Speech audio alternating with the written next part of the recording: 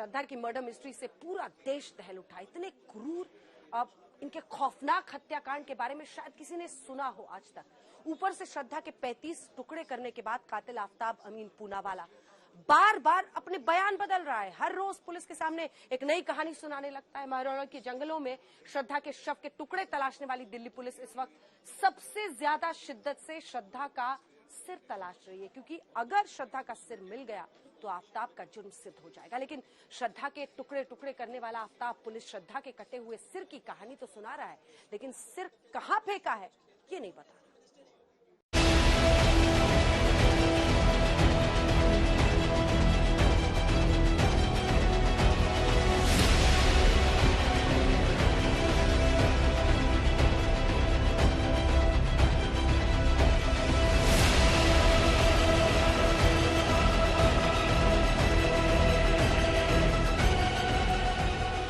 5 दिन से दिल्ली पुलिस आफ्ताब से बार बार एक ही सवाल कर रही है, श्रद्धा का सिर कहां है। दिल्ली पुलिस की स्पेशल टीम आफ्ताब को लेकर महरौली के जंगल में भी जाती है।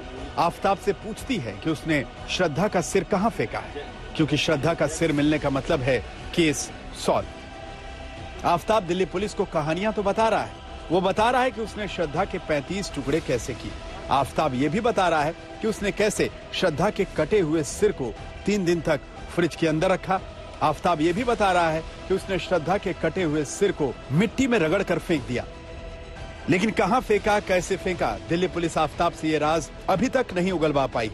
अब हम श्रद्धा के सिर से जुड़ी एक एक कड़ी और एक एक कहानी आपको बताते हैं, क्योंकि देश के इस सबसे सनसनीखेज मर्डर की मिस्ट्री सुलझाने के लिए श्रद्धा के सिर की सबसे ज्यादा अहमियत है। सवाल यह है कि क्या आफ्ताब ने श्रद्धा का सिर महरौली के जंगल में ही फेंका, या श्रद्धा के सिर को आफ्ताब ने कहीं और फेंक दिया। अगर श्रद्धा का सिर नहीं मिला तो क्या आफ्ताब बच जाएगा। आज तक की टीम महरौली के उसी जंगल में दिल्ली पुलिस के पूर्व अधिकारी के साथ पहुंचती है, जहां दिल्ली पुलिस आफ्ताब को लेकर घूम रही है, ताकि वो ये बता सकें कि उसने श्रद्धा के सिर को आखिर फेंका कहां है। आज तक की टीम जानना चाहती है कि क्या वाकई महरौली में श्रद्धा के टुकड़े 6 महीने बाद मिल सकते हैं, और इस जंगल में 6 महीने बाद श्रद्धा के सिर के मिलने की संभावना कितनी है।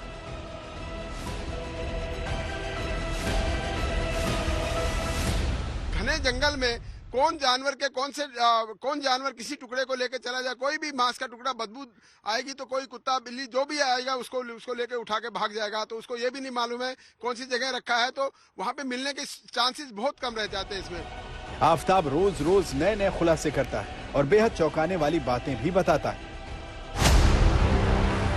अब तक सबसे चौंकाने वाली कहानी जो आफ्ताब ने बताई वो ये कि आफ्ताब फ्रिज में रखे श्रद्धा के कटे हुए सिर का मेकअप करता था और रोज उससे बातें करता था, और बात करते हुए अचानक गुस्सा आने पर उसके गालों पर थप्पड़ भी मारता था। आफ्ताब ने श्रद्धा के शव के टुकड़े कुछ इस तरीके से किए थे ताकि ठिकाने लगाने में उसे आसानी हो। सिर को उसने काट के अलग कर दिया था, उसे रैप कर दिया था और रैप करके फ्रिज के अंदर छिपा कर रख दिया था। लेकिन जानकारी के मुताबिक जब भी आफ्ताब फ्रिज को खोलता तो एक बार श्रद्धा के सिर को जरूर देखता था।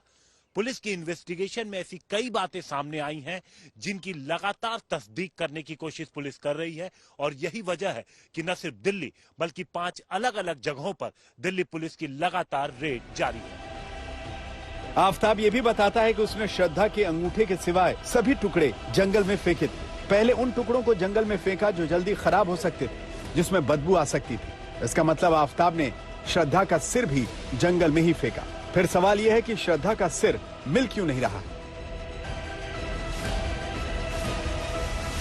दिल्ली पुलिस की टीम महरौली के इस जंगल में खाक छानती रही। इस दौरान पुलिस ने श्रद्धा के शव के 13 टुकड़े तो बरामद कर लिए, लेकिन सिर अभी तक नहीं मिला। सिर बेहद महत्वपूर्ण अंग है जिसकी तलाश में दिल्ली पुलिस की टीम दिल्ली से निकलकर गुड़गांव तक पहुंच गई, लेकिन अभी तक उसके हाथ सफलता नहीं लगी है। यही वजह है कि दिल्ली पुलिस की 2 टीमें लगातार इस जंगल का खाक छान रही हैं, और साथ ही साथ अब वो दिल्ली से बाहर भी श्रद्धा के सिर को तलाशने में जुटी हुई है। आज तक की टीम दिल्ली पुलिस के पीछे पीछे गुरुग्राम तक भी पहुंची। आप देख सकते हैं कि गुरुग्राम में फेज 2 के एक जंगलनुमा प्लॉट में दिल्ली पुलिस की टीम कूड़े को खंगाल रही है। एक एक पॉलीथीन को उठाकर देख रही है ताकि किसी भी तरह श्रद्धा के सिर का सुराग मिल जाए। हम आपको बता दें कि आफताब ने गुरुग्राम के डीएलएफ फेज 2 की एक कंपनी में काम किया था। ऐसे में पुलिस को यह शक है कि कहीं उसने आते जाते यहाँ श्रद्धा की बॉडी के टुकड़े न फेंके हों, क्योंकि अगर दिल्ली पुलिस को श्रद्धा की खोपड़ी मिलती है तो उसके बाद ये कंफर्म करना होगा कि क्या वाकई वो श्रद्धा की ही है या नहीं। ऐसे में पुलिस फॉरेंसिक मदद लेगी और face reconstruction 3D skull superimposition की तकनीकी का इस्तेमाल कर सकती है। स्कल सुपर इम्पोजिशन या फेस रिकंस्ट्रक्शन तकनीक फोटोग्राफिक, वीडियो और कंप्यूटर असिस्ट 3 तरह से काम करती है। इस टेक्नोलॉजी में 3D की मदद से मृतक के चेहरे को बनाया जाता है। किसी भी केस में इस तकनीकी का इस्तेमाल तब किया जाता है जब डीएनए, फिंगरप्रिंट और बाकी सारे विकल्प काम ना कर रहे हों। हम आपको बता दें कि इस तकनीक का इस्तेमाल 1945 में हिटलर की मौत के बाद उसकी पहचान पुख्ता करने के लिए किया गया था।